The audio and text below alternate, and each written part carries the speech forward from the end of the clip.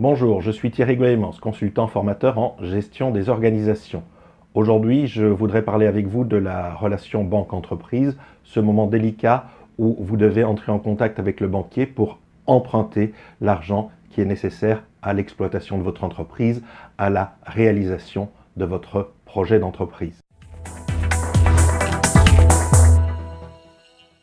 Cette relation banque-entreprise a la réputation d'être difficile. On n'appartient pas au même monde selon qu'on est banquier ou entrepreneur.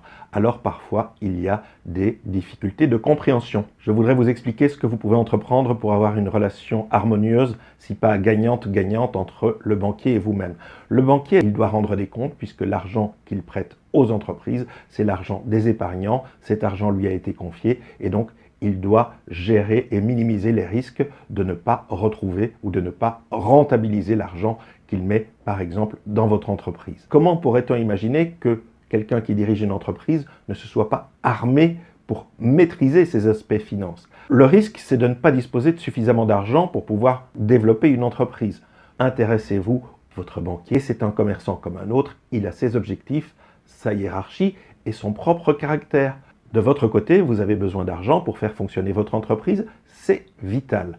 Soyez pragmatique, sortez de votre zone de confort. Vous allez vous intéresser aux statistiques de défaillance des entreprises que votre banquier connaît et qui lui font peur. Vous allez vous intéresser à tous les risques que court votre banquier s'il fait crédit à votre entreprise.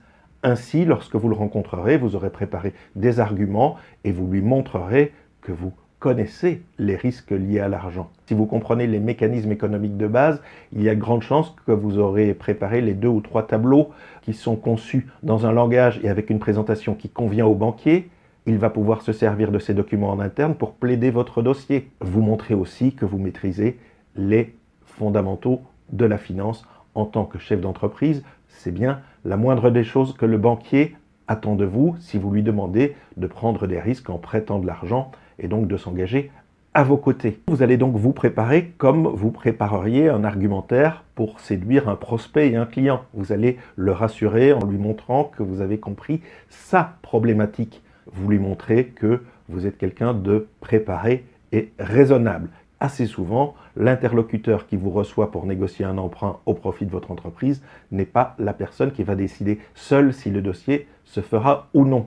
Si vous préparez des documents formatés de manière à ce que les gens qui vont décider de votre sort puissent rapidement rentrer dans le dossier en fonction des critères qui sont les leurs, vous marquez des points, vous montrez au banquier que vous connaissez son métier et vous allez l'aider à décider rapidement sur un dossier qui est pour lui facile à lire. Si votre banquier a compris que vous savez que le risque pris par l'un est dépendant de la réussite de l'autre, vous allez certainement favoriser l'obtention de votre prêt. Au-delà de la simple curiosité et de la lecture, vous pouvez, et j'ai préparé cela pour vous, suivre une formation sur la finance pour non-financiers, savoir lire un bilan et un compte de résultats, savoir comprendre une entreprise avec les yeux d'un banquier, et aussi un cours sur la négociation bancaire. Sachez comment présenter vos documents, sachez aussi comprendre et entrer dans la psychologie du banquier. Ce cours est conçu pour des non-financiers qui souhaitent pouvoir regarder leur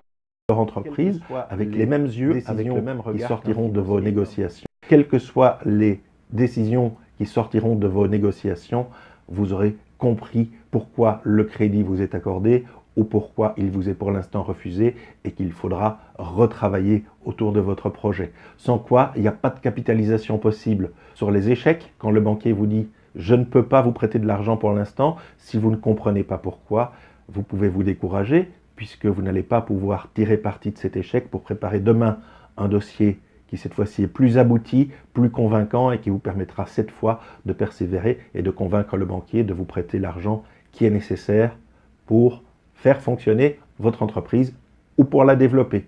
Voilà, si cette vidéo vous a apporté des informations utiles, n'oubliez pas de poser un petit like, n'oubliez pas d'en parler à vos amis, de la partager éventuellement. Pour ceux d'entre vous qui souhaitent connaître mon offre formation pour vous aider à négocier harmonieusement une relation bancaire ou un emprunt avec le banquier, n'hésitez pas à suivre les liens qui sont tout autour de cette vidéo. Vous aurez des programmes de formation et même la possibilité d'entrer directement en contact avec moi. Je suis à votre disposition. Je vous dis à très bientôt sur la chaîne Adjuvamus.